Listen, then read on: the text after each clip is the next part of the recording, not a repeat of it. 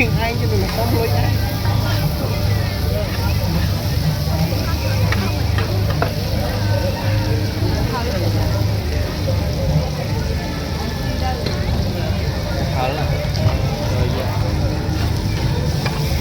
hal mana? Hal đấy, hal khang này. Món hal mỏ má đẹp quá. Hal chín chín bán này. Anh đang biệt thời tập viên hal. Đúng rồi, hal chín chín đây. Hal khang với thô.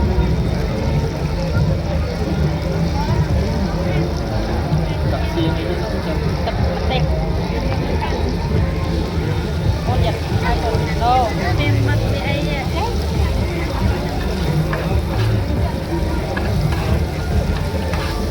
Tầm và đang tầm cà om lạc tôm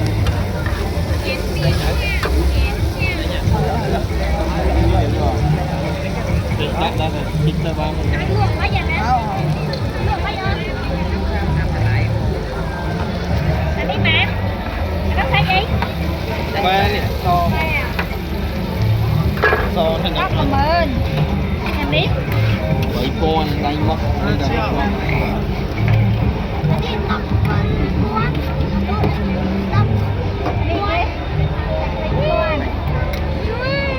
Lực đi nữa. Wow. Kiếp kiếp gặp vui khăn